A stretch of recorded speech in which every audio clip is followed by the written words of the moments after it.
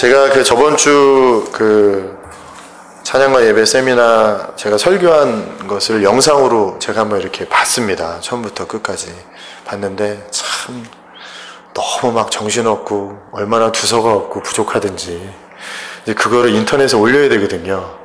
네, 우리 담임 목사님이 한 3년째 이제 그걸 하고 계시니까 좀 덜 긴장되시겠지만 그 부족한 걸 또 올리려고 하니까 온 세상 전 세계에 있는 사람들이 다 보게 되잖아요. 네. 너무 걱정이 되고 염려가 되더라고요. 우리 목사님 그 설교 올리신 거 저기 남미에서 보신 거 얘기 들으셨죠? 네, 그래서 목사님 설교에 너무 은혜를 받아가지고 또 그것을 교회 안에서 가르치시고 계시대요. 남미에서. 네, 엄청나게 가장 멀리 지구 반대편에 있는데 뭐 저는 그럴 일은 없겠지만 참 부끄럽고 어렵습니다. 그렇지만 제가 이렇게 언변이 뛰어나지도 않고 이제 연약함이 있고 이렇게 많이 부족함이 있지만 그래서 사실 좀 여러분들은 느끼시지 못했겠지만 제가 많이 좀 긴장이 되고 그러더라고요. 느껴지시나요? 네, 느껴지시는군요. 그래서 예전 같았으면 막 참 잠도 못 자고 막 그랬을 것 같아요. 왜냐면 많은 사람들 앞에서 또 예배 안에서 그런 부족한 모습이 드러나면 참 창피하고 어렵더라고요. 그런데 제 안에 너무나 부끄럽고 제가 약하고 부족하지만 감사한 것이 하나 있는데요. 그것이 무엇이냐면 제가 예수님의 그 놀라우신 은혜 때문에 이 자리에 있다는 것을 제가 믿고 있습니다. 네, 그 은혜 때문에 그 사랑 때문에 예배할 수 있다는 것 자체가 제 부끄러움과 연약함보다 더 감격이 되더라고요. 그래서 부족하지만 그 하나님께서 주실 은혜를 사모하시면서 저 여러분들 말씀 가운데 나아갔으면 좋겠습니다. 네, 우리 옆 사람에게 좀 웃음을 선물하시면서 한번 선포하실까요? 우리 저번 주에 선포했었는데요. 하나님께서 당신을 풀어주실 것입니다 라고 한번 고백했으면 좋겠습니다. 시작. 하나님께서 당신을 풀어주실 것입니다. 아멘. 네. 나사로를 죽음에서 풀어놓아 다니게 하셨던 것처럼 저희들이 좀 잘못된 예배에 대한 가치들, 잘못된 하나님에 대한 마음들을 풀어주시고 회복시켜 주실 줄 믿습니다. 자, 우리 오늘 특별히 하나님의 말씀 시편 100편 말씀 우리 한 목소리를 한번 읽도록 하겠습니다. 우리 자막을 보시면 될 것 같아요. 제가 좀 우리 전사님께서 준비해 주셨는데요. 말씀을 좀 띄워주시겠습니까? 자, 우리 한 목소리를 한번 읽겠습니다. 시작. 온 땅이여 여호와께 즐거운 찬송을 부를지어다. 기쁨으로 여호와를 섬기며 노래하면서 그의 앞에 나아갈지어다.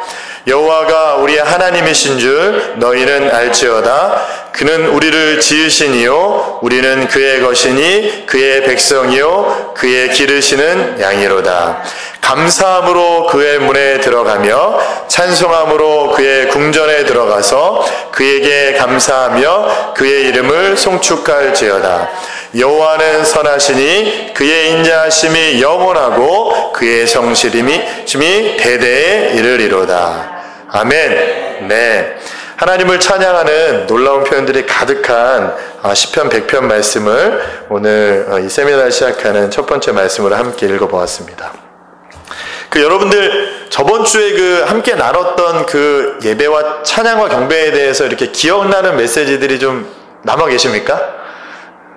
네, 제가 질문을 좀 한다고 말씀드렸죠? 네, 집사님 뭐 남아 계세요? 풀어놓아 다니게 하라? 네. 또 기억나시는 거 좀 있으세요?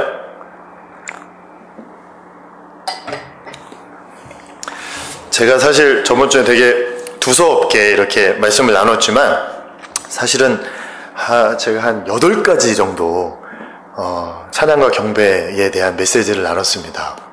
네, 여러분들 다 기억나시는 줄 믿습니다. 샤머니즘, 토테미즘 이런 거 기억나시죠? 예, 그리고 모든 사람들이 이렇게 다 예배한다라는 거 기억나시죠? 네, 그래서 막 오지에 갔더니 복음을 전한 적도 없는데 그리고 어떤 종교나 어떤 문명이 없는데도 그들이 어떤 신을 숭배하고 있고 종교적인 모양을 갖고 있더라. 이런 표현들을 많이 이렇게 제가 나눴었죠. 그리고 또 여러분들에게 또 다양한 것들을 나눴습니다. 여러분들 우리야 기억나십니까? 우리의 공로가 아니라 무고한 자의 피 흘림을 통해서 저희들이 예배 가운데 나아갈 수 있다라는 거. 그러면서 제가 우리아에 대한 얘기도 했고, 그리고 가인과 아벨에 대한 얘기 들으셨죠? 네. 저희가 가인의 자리에 서 있습니까? 아벨의 자리에 서 있습니까? 아벨의 자리에 있다는 것이죠. 네. 무고한 아벨이 어떤 특별한 죄를 지었다는 얘기 전혀 없어요. 오히려 하나님의 방법대로 예배 잘 드렸다가 잘못 예배를 드리고 있는 가인에게 맞아 죽었죠.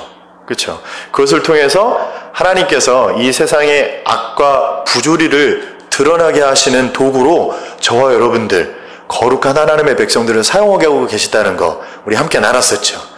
그렇기 때문에 저희들 안에 억울함과 고통과 힘듦, 누군가로부터 막 사기를 당하고 힘듦이 있을 때 여러분들 저희들이 그걸 인내하고 참을 수 있고 그 속에서도 예배할 수 있는 특권을 누릴 수 있는 것이 무엇이라고요? 바로 그 자리가 성도의 자리고 결국엔 저희들을 하나님께서 온전케 하신다, 구원하신다 라는 그 하나님의 나라에 대해서 함께 나눈 줄 믿습니다. 네, 그런 것도 기억나시죠? 제일 기억나시는 건 풀어놓아 다니게 하라가 아닐까. 그리고 저희들이 세 가지 메시지 좀 나눴죠? 뭐죠? 잘못된 예배에 대해서 나누면서 자기 만족, 그쵸? 자기 행복, 그쵸? 그 다음에 자기 확장으로서 예배를 드리는 그런 모습이 너무 많이 있다. 그것을 자기 만족과 자기 이익과 자기 확장으로서 예배 드리는 것, 그것을 조심해야 된다라는 말씀을 드렸죠. 그러면서 사랑은 뭐라고요? 눈물의 씨앗이라고요?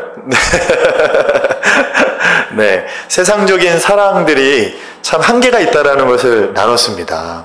무언가 엄청난 선을 베푸는 사람들도, 엄청난 기부를 하는 사람들도 그것이 자기 확장으로서, 또 자기가 어떤 많이 가진 것으로 인한 막연한 동정심으로서만 드리면 그것을 받는 사람의 입장에서는 참 어려울 수 있는 것이죠. 감사할 수도 있지만 또 이렇게 비교적인 비교를 당하게 돼서 또 그 안에서 온전한 사랑을 누리지 못하는, 그 사랑을 받음으로 인해서 난 언제쯤 저렇게 부자가 될 수 있을까라는 막연한 잘못된 선망을 가질 수 있는 이런 개념에 빠질 수 있다는 것이죠. 그래서 그러한 사랑으로 하나님을 예배하고 나아가는 것이 아니라 우리에게 허락되어진 진짜 사랑이 있다라는 이야기들 나눴던 것 기억나시죠? 여러분들, 저희들이 제가 사실은 찬양에 대한 방법들에 대해서 뒤에 잔뜩 프린트물 해드렸잖아요. 사실은 이 찬양에 대한 방법들은 어떻게 찬양을 하라, 그거 아는 거 참 중요합니다. 그런데 그래서 뭐 손을 들고 찬양하고, 소리를 내서 찬양하고, 일어서서 찬양하고, 박수로 찬양하고, 사실은 이 서서 찬양하고, 방언으로 찬양하고, 여러 가지 표현들이 있어요. 여러분들 이거 되게 깊은 의미가 있습니다. 근데 그것을 설명하자면 사실은 더 많은 시간이 필요할 것 같고요. 어떠한 방법으로 찬양할 것인지에 대해서 여러분들과 뒤에 이렇게 쭉 하나씩 나눌 거예요. 그런데 여러분들, 우리가 그냥 성경에서 손을 들고 찬양을 했다고, 손 들고 찬양하고, 일어서서 찬양을 했다고, 그냥 아무 감정 없이, 아무 생각 없이 일어나서 찬양하고, 그러면 그게 얼마나 갈까요? 그렇죠? 쉽게 매너리즘에 빠질 수 있고 쉽게 식상할 수 있습니다. 그래서 너무나 어떤 그 행동에 대한 근거에 대한 표현들로 예배나 찬양을 설명하다 보니까 시대별로 예배가 많이 이렇게 변하고 유행을 타는 경우들이 많이 있는 걸 봐요. 그래서 뭐 요즘에는 저녁 예배 없잖아요. 그렇죠? 네, 저녁 예배가 거의 없습니다. 그 주일 저녁 예배가 그 통계로 봤더니 거의 90%가 저녁 예배를 안 드리더라고요. 네, 엄청나게 거의 다 안 드리는 거죠. 그래서 이제 오후 예배로 전환됐죠. 그게 어떤 이제 이렇게 주 5일째, 그리고 약간 이제 가족에 대한 어떤 이렇게 관심들이 더 생기면서 가족 공동체를 서로 돌보고 이렇게 세워나가는 그런 어떤 문화들과 이런 그것에 대한 가치들이 많이 이렇게 표현되면서 이렇게 예배들도 이렇게 가감되어지는 이런 일들이 있는 것이죠. 여러분들, 그냥 막연히 어떤 그런 시대적인 문화적인 성향 때문에 예배가 좌지우지 되면 될까요? 안 될까요?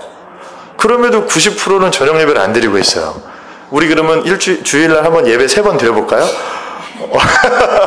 어려우시겠죠? 여러분들, 예배는요, 그냥 성경에서 어떤 겉으로 드러나는 행위의 절차로 드려지는 것에 의미가 있는 것이 아니라 그 예배를 드리는 것에 대한 분명한 성경의 메시지를 기억하는 것이 저와 여러분들에게 확실한 증거가 되고 확실한 찬양과 예배할 수 있는 놀라운 무기와 은혜가 되는 줄 믿습니다. 아멘. 여러분들, 그것을 기억하시는 것이에요. 우리 저번 주에 나눴던 것처럼 여러분들 보세요. 모든 사람들이 예배하죠. 그리고 다른 종교들도 다 예배하잖아요. 근데 그러면 누가 더 예배 열심히 드리나 한번 싸워볼까요? 저희들 보세요. 여러분들 그 새벽 예배 저희 개신교에서 몇 시에 드리죠? 보통 5시에 드립니다.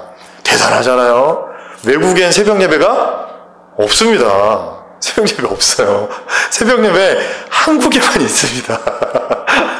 이제 외국에도 이제 새벽에 일어나서 기도하시는 분이 있는데 그것을 정해놓고 시작한 교회는 우리나라예요.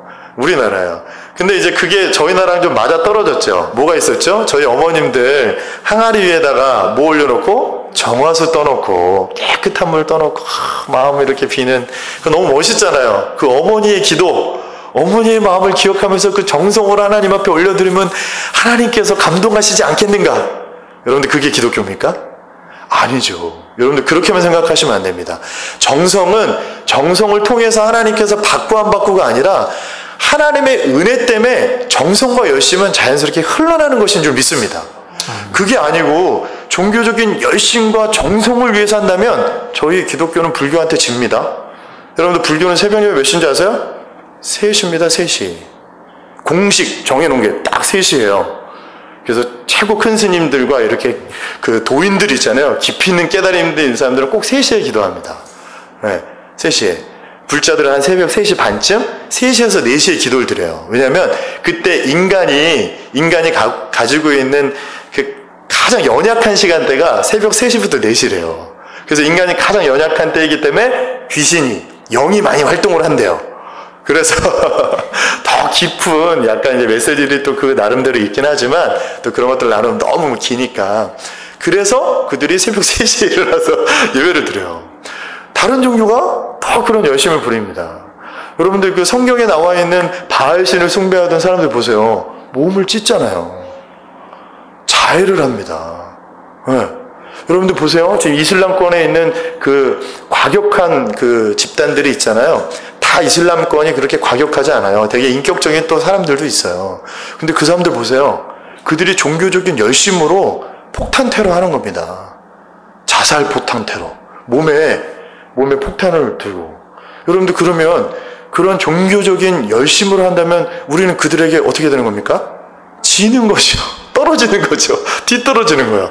그럼 주님이 예배 안 받으시겠네요? 네. 여러분들 종교적인 열심도 열심히 하고 복음도 바르게 섬기십시오. 그것이 아닙니다. 여러분들 먼저 해야 될 것이 있다는 것이죠.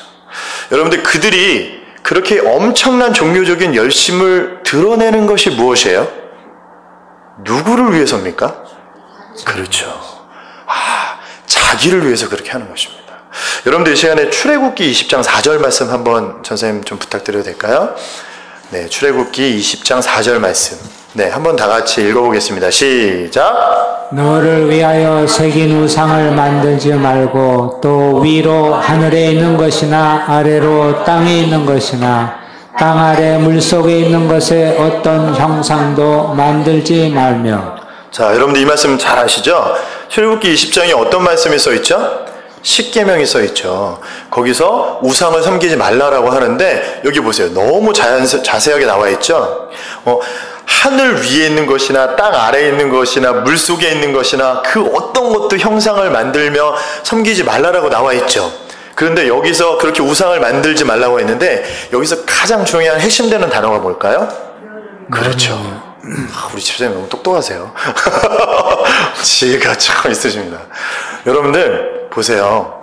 많은 종교인들이 우상 숭배하는 거, 저희들이 종교적인 열심을 부리는 거 솔직히 한번 곰곰이 생각해 보면 거기에 다 내가 있습니다. 나가 있어요. 나는 주먹을 믿어. 나는 나를 믿어. 신이 어딨어? 이런 사람들만 자기 자신을 믿는 게 아니고요. 잘 보면 하나님도 나를 위해서 섬기는 사람들이 있어요. 어쩌면 그런 분들이 교회에 대한 열심을 가지면서도 제가 저번 주에 얘기했던 것처럼 점도 보러 가시고 그런 분들이 있는 거예요. 근데 여러분들 구약에 보면 참 놀라운 사실이요. 이스라엘 백성도 그렇게 했었어요. 네, 그 하나님을 섬기는 그 성전이 있었고요. 또 만몬 그 바알신을 섬기는 그 돈을 섬기는 또 성전이 또 있었어요. 우상이.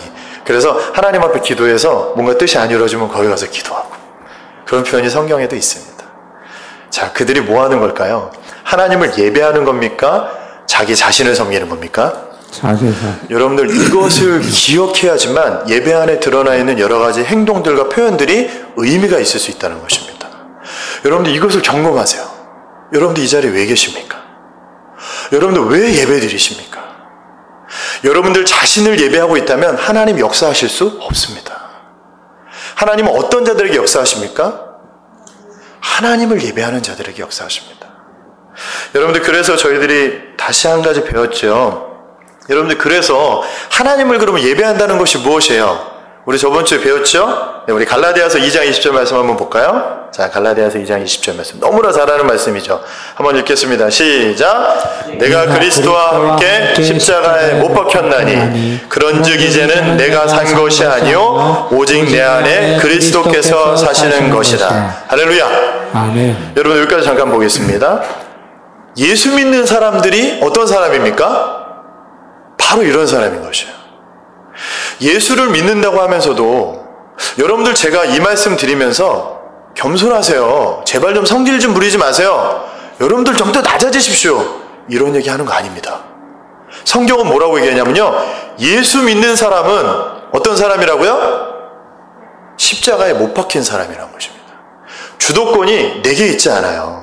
나는 예수를 믿음으로 인해서 이제는 내가 사는 것이 아니라 내 안에 누가 사시는 것이라고요? 그리스도가 사시는 것이라는 거예요. 그분께서 나를 끌어가신다는 것입니다. 그분께서 역사하시는 것을 우리가 목도하고 보고 경험한 대로 찬양하고 높이는 것이에요. 여러분들 찬양이 무엇이냐라고 얘기하냐면 어제도 계셨고 오늘도 계시고 장차 오실 분을 예배하고 찬양하는 것이라고 제가 저번 주에 표현했습니다. 제가 말씀을 끼워 맞추는 것이 아니고요. 여러분들 찬양이 뭐냐면요. 예전에 하셨던 일을 찬양하는 거예요. 홍해를 가르신 하나님, 할렐루야. 아멘. 이스라엘 백성을 먹이신 하나님, 그 하나님께 놀랍게 하나님의 살아계심을 보이셨던 그 행하셨던 여리고를 무리시켰던 하나님, 단순히 이적을 얘기하는 게 아니죠. 거기에 놀라운 메시지들이 있죠. 그 메시지, 그 역사하셨던 하나님을 찬양하는 것입니다. 아멘이십니까? 아멘. 또 하나, 오늘 지금 이 시간 가운데 저와 여러분들에게 역사하시는 주님 있으십니까? 없으십니까? 이거 아멘 크게 하셔야 되는데. 큐티를 왜 합니까? 저희들이 왜 말씀 앞에 나아가고 기도합니까?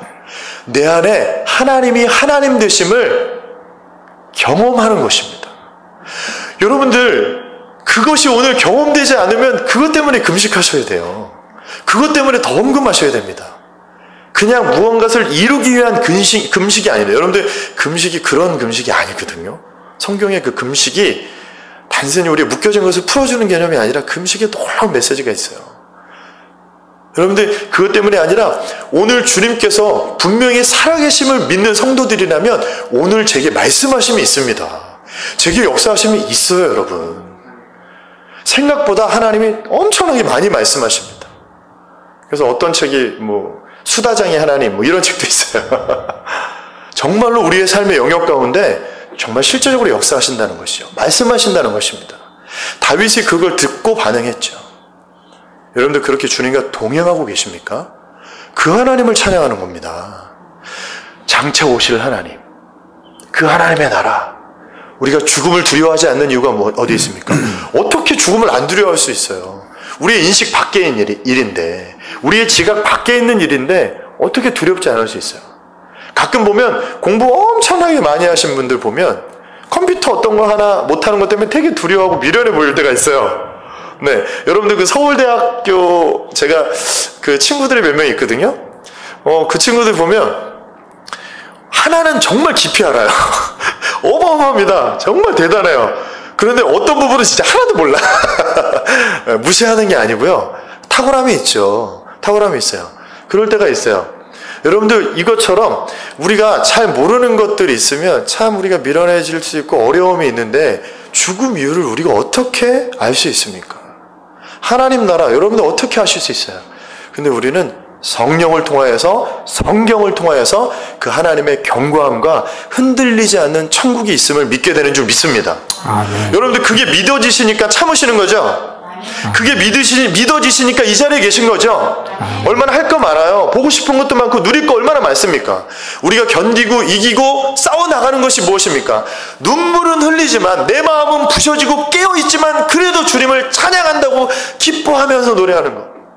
제가 예전에 어떤 그 연로하신 장로님 한 분이 눈물을 펑펑 흘리시는데 웃고 계셔. 그러면서 하나님을 막 이렇게 찬양하는 모습을 한번 본 적이 있어요. 어떤 게 집회 인도하는데. 진짜 얼마나 제가 그 모습을 보면서 눈물이 나든지. 모르는 분이에요. 그냥 장로님이라는 것만 알았어요. 근데 여러분들 그의 삶 가운데 뭐가 있는 것이죠? 감정은 깨집니다. 마음은 상해요.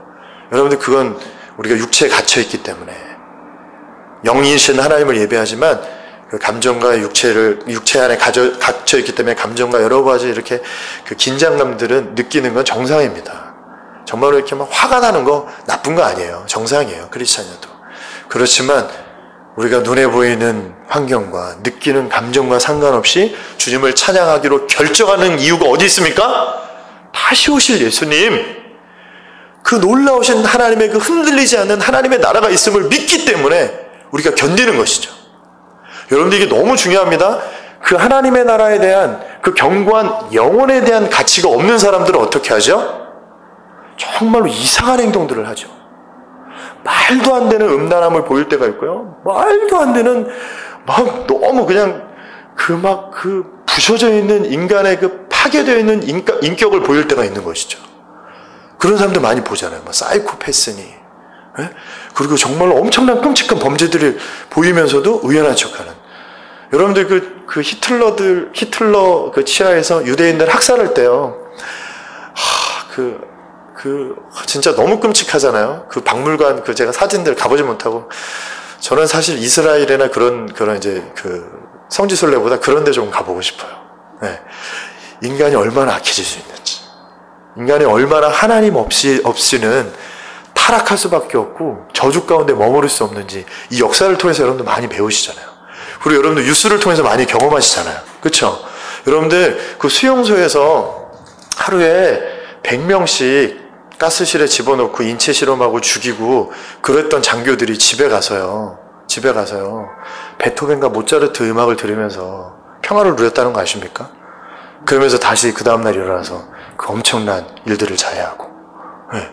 가정에서는 이렇게 이쁜 딸들, 어린 딸들 이렇게 챙기고 이렇게 막 행복한 모습을 짓다가도 그 다음날 끔찍한 모습으로 변해서 사람을 무참하게, 처참하게, 말로 지금 막 표현이 안 되네요. 여러분들 그게 사람입니다. 뭘 몰라서 그럴까요? 하나님의 나라를 알지 못하니까. 이 땅에 묶여 있으니까. 이 삶이 이 영혼과 잇대어 있지 않아서 연결되어 있지 않으면 여러분들 그렇게밖에 살 수 없는 것은 어찌 보면 당연할 수밖에 없는 것 같아요. 여러분들 우리가 그것에 대해서 경각심이 일고 그것으로부터 빠져나오고 싶은 마음이 생기는 것이 무엇이에요? 심판이 있으니까. 두려움의 심판이 아니라 예수 그리스도 안에 있는 그 온전하신 하나님 나라가 있기 때문에. 아멘이십니까? 아멘. 여러분들 그 믿는 믿음 안에서 열심히 살아가시는 저 여러분들 됐으면 좋겠어요. 아멘. 그래서 옛날에 저는 청년들이나 이제 젊은 사역자들, 이제 젊은 친구들 많이 사역하다 보니까 제가 아직 어려서요. 그렇게 백수들이나 이렇게 놀고 있는 데 보면 되게 혀를 찼어요. 아유, 왜 저러고 있나. 우리 장비도 백수잖아요, 요즘에. 제가 엄청 똑똑하거든요. 그 언어적인 그 감각이 대단해요. 영어 잘합니다. 네. 그런데, 미안해, 알았어. 잘 못한대요. 네. 잘해요. 그런데, 여러분들 제가 그 하나님의 나라를 사모하고, 하나님의 그 영광과 은혜를 아는 장미이기 때문에, 백수의 삶일지라도 지금 충분히 열심히 놀고, 열심히 누려도 될까요? 안 될까요? 괜찮은 것입니다. 하나님 안에 있기 때문에 이 시간이 하나님의 메시지가 있는 것이에요. 장미가 어려움이 있고 힘듦들이 있거든요. 또 여러분들 다 있으시죠? 어려움들이 있으시죠? 갈증과 갈망들이 있으시죠? 여러분들 그 안에서 견딜 수 있는 믿음이 무엇입니까? 다시 오실 예수님.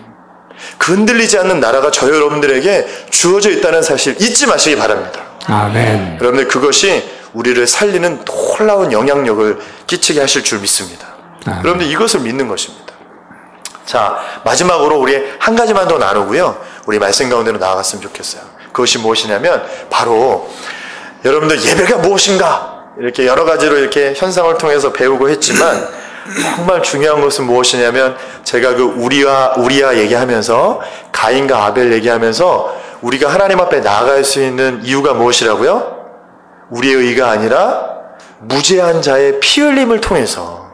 이 성경의 모든 스토리가 누구를 예표하고 있다고요? 예수님을 예표하고 있어요. 여러분들 그렇게 구약을 한번 봐보세요. 기가 막히게 재밌습니다.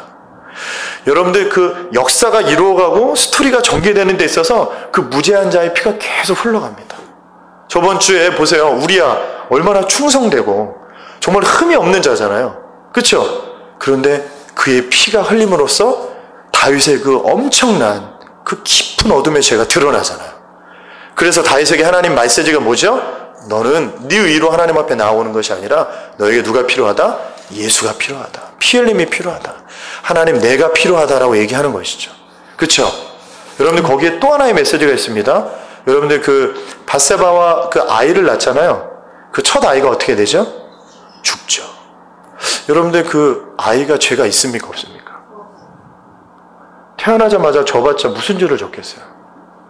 물론 원죄가 있긴 하죠. 네, 원죄가 있긴 하죠.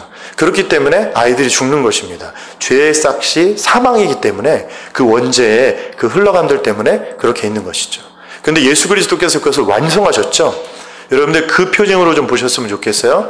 그 예수님의 피 흘리심, 그 흠없는 무죄한 자의 피 흘리심으로 말미암아 다윗이 뭘 깨달아요? 죄를 깨닫고 회복되고 회개하죠. 침상을 적시죠. 죄 짓고 나서 침제가 다 젖을 만큼 눈물을 흘리고 회개해야 하나님께서 우리의 회개를 받으십니다. 이거 맞을까요? 틀릴까요? 조금 다르죠. 네. 여러분들 종교적인 열심이 아니라니까요. 여러분들 그 왕의 침상이 얼마나 컸는지 생각해 보세요. 그걸 어떻게 다 적셔요? 저도 옛날에 밤새 한번 울어본 적 있어요. 눈물이 나더라고요. 네, 너무 이렇게 뭐 제 삶을 생각해 보니까 너무 차량맞고 너무 고난 가운데 있는 것 같고 너무 힘든 일들만 계속 있는 것 같아요. 그래서 밤새 엉엉 울었던 생각이 나요. 네, 그래서 제가 진짜로 그때 한 4시간 정도 울었던 것 같아요. 너무 울어가지고 눈을 떴는데 눈이 안 떠져. 이렇게 부어가지고 이렇게 네, 그랬던 적이 있었어요. 근데 여러분들 그것이 아니라 하나님이 울리신 거죠. 그 죄에 대한 심각성과 경각심을 보이신 것이에요. 자기의 의로, 자기의 열심으로 그 죄를 이길 수 있다, 없다? 없다라는 것을 알게 하시는 것이죠. 울리시는 거예요, 하나님께서. 저와 여러분들 삶 가운데 하나님께서 눈물을 허락하실 때 있습니다. 정말로 기가 막힌 일을 경험하게 하실 때가 있어요. 진짜 힘들 때가 언제죠? 내가 나 자신한테 실망했을 때. 나 복음 다 아는데, 하나님 다 아는데, 하나님께 이제 어떻게 예배하는지도 아는데, 그런 내가 하나님 앞에 범죄. 그런 내가 나 자신에게 짓는 죄가 있고 아픔이 있을 때, 그때 정말 끔찍하죠. 목사님 전 없을까요? 있습니다. 그런데 놀라운 사실은 이런 저와 여러분들을 덮으시는 부고한 자의 피 흘림이 있다는 사실을 기억해야 될 줄 믿습니다. 아멘. 단번에 그것을 해결하신 그분의 공의 때문에 저와 여러분들이 주님 앞에 나아갈 수 있는 것입니다. 아멘이십니까? 아멘. 여러분들 그 은혜가 감격돼서 흘리는 눈물, 그 은혜 때문에 행해지는 열심, 그 은혜 때문에 드려지는 하나님을 향한 충성, 그것이 저와 여러분들을 살리고 교회를 부흥케 하는 줄 믿습니다. 아멘. 예수 그리스도의 예배 궁금하시지 않으세요? 예수님이 이 땅에 오셨잖아요. 그 예수님께서 이 메시지를 기억하시고 구약에 있는 스토리니까요. 그것을 기억하시고 예수님 하나님 앞에 예배 드렸거든요.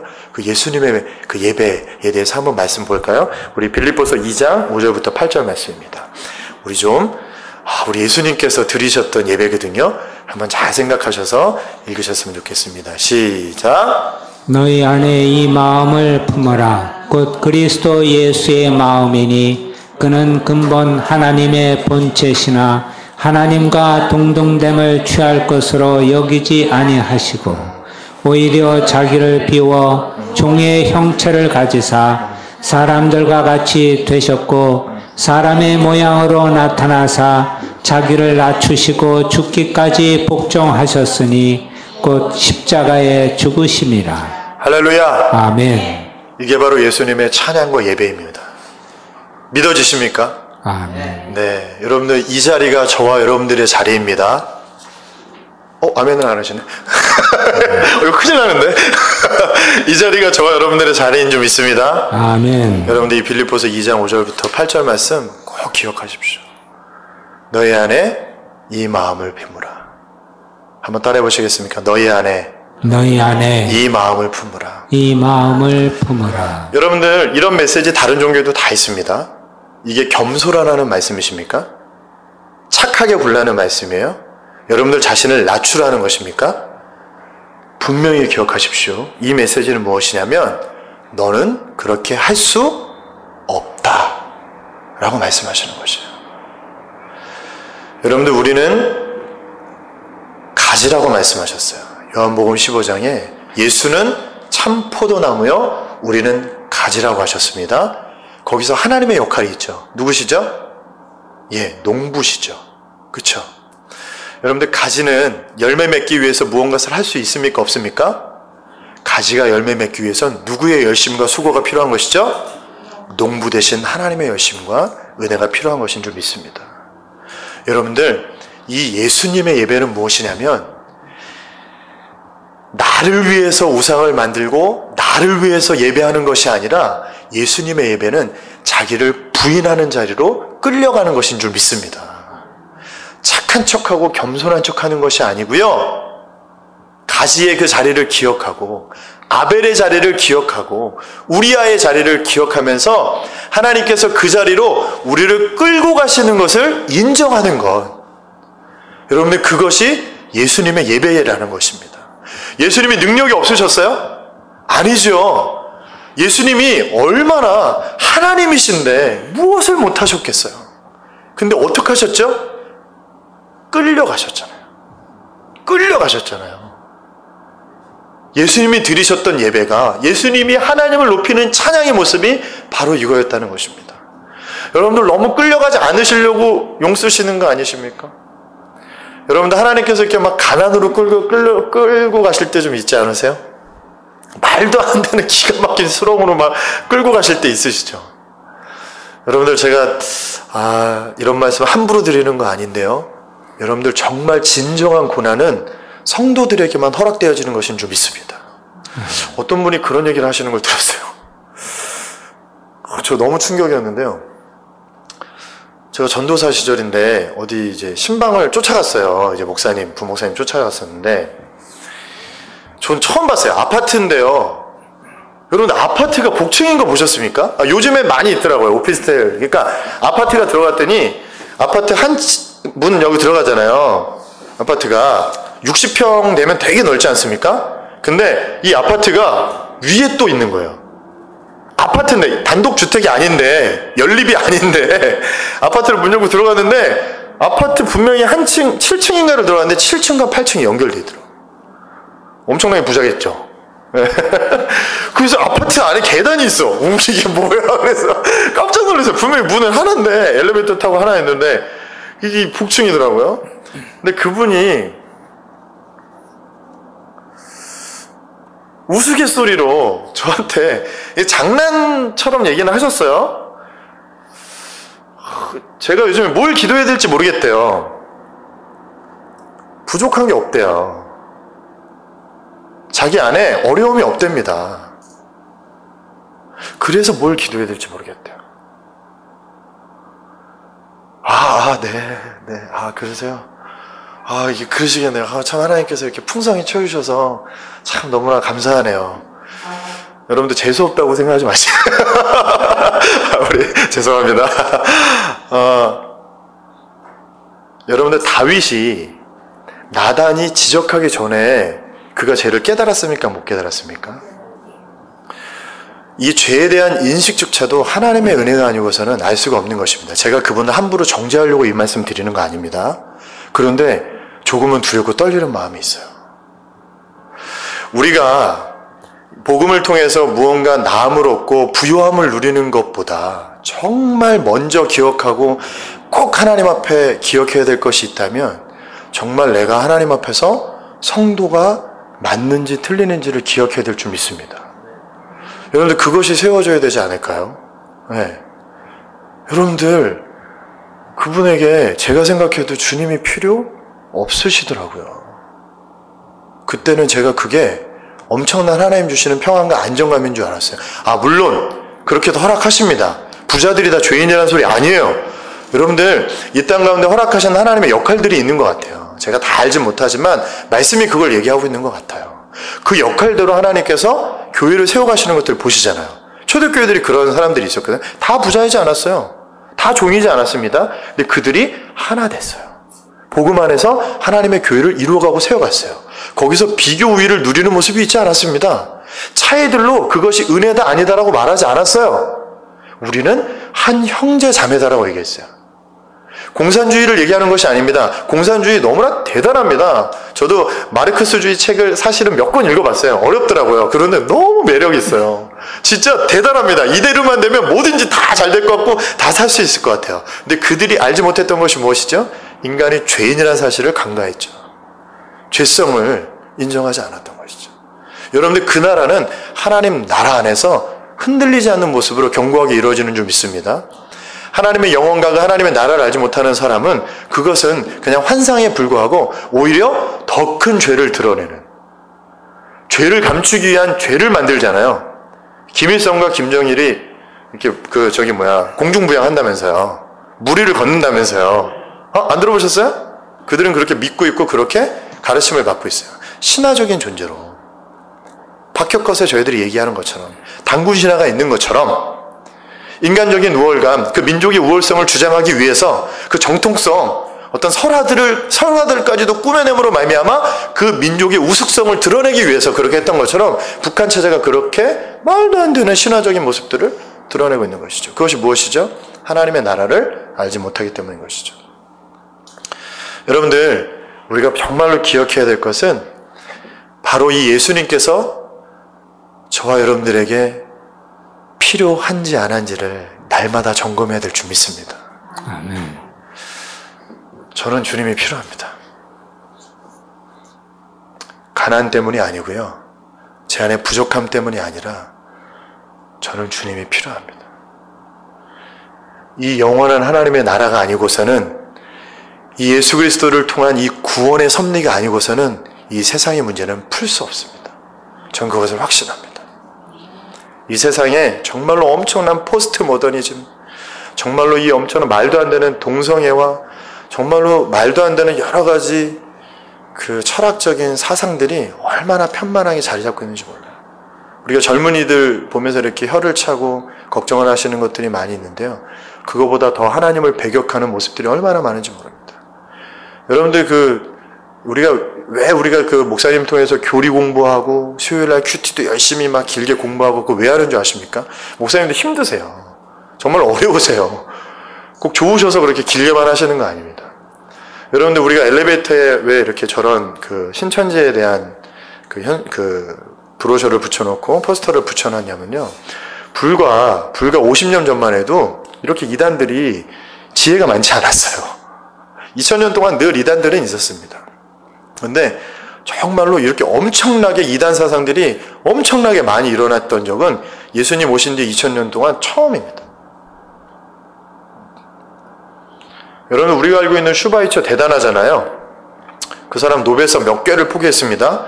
그가 왜 그 아프리카 오지에 그 옛날에, 그때 뭐 에어컨도 냉장고도 제대로 없을 때 그때 엄청나게 그 아프리카 오지만 찾아가서 정말로 막 삶을 다 헌신해서 막 좋은 일 많이 했잖아요. 우리 위인전 많이 읽지 않았습니까? 여러분들, 슈바이처가 어떤 얘기 하는지 아세요? 돌아가시기 전에 예수가 하나님의 아들이 아니라라고 얘기했어요. 그래서 그 슈바이처로부터 신신학, 자유주의가 시작된 겁니다. 예수는 그냥 성인 문제 한 사람이고 그 예수가 행했던 도덕적인 윤리적인 것들 그냥 다 잘 따라서 살면 돼. 그 신신학 자유주의가 얼마나 지금 교회들을 공격하고 있는지 몰라요. 정말 심각합니다. 네. 정말 장난 아니에요. 여러분들, 우리가 바른 교리 안에 있는 거 열심히 우리가 공부해야 될 줄 믿습니다. 그러나 우리가 정말 중요한 거, 바르게 깨달아야 될 거 하나 있다면 열심히 공부하는 거 정말 이제는 어쩔 수 없어요. 필요합니다. 근데 우리가 정말 기억해야 될 것은 무엇이냐면, 우리 자신을 다른 종교와 똑같이 겸손하고 낮추고 자기 부인하는 정도, 착한 척하는 정도가 아니라 우리를 끌어가시는 하나님의 열심을 믿어드리는, 그것이 진정한 신앙인 줄 믿습니다. 아멘. 예수님이 그렇게 하셨잖아요. 끌려가셨잖아요. 십자가에서 내려오라고 조롱당하셨는데 그것을 묵묵히 삶으로 몸으로 몸을 찢으시면서 예배하셨잖아요. 피 흘리시면서 하나님을 찬양해 드렸잖아요.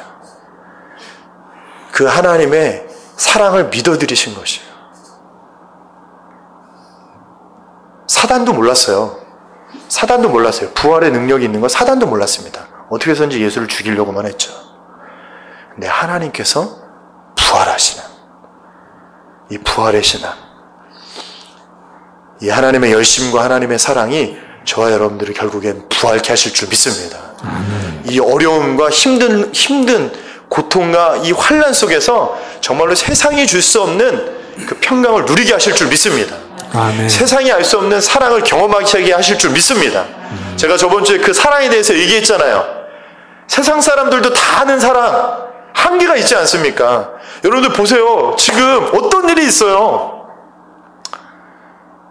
이 말을 해도 될지 안 될지. 아빠가 친딸을 강간하는 일들이 뉴스에 드러나요. 이게 말이 됩니까? 제가 딸 둘 있잖아요.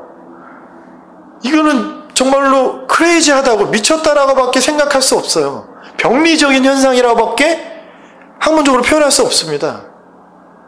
아들이 엄마를 죽이는 일들이 지금 너무 많아요. 여러분들, 근데 놀라운 사실 하나 알려드릴까요?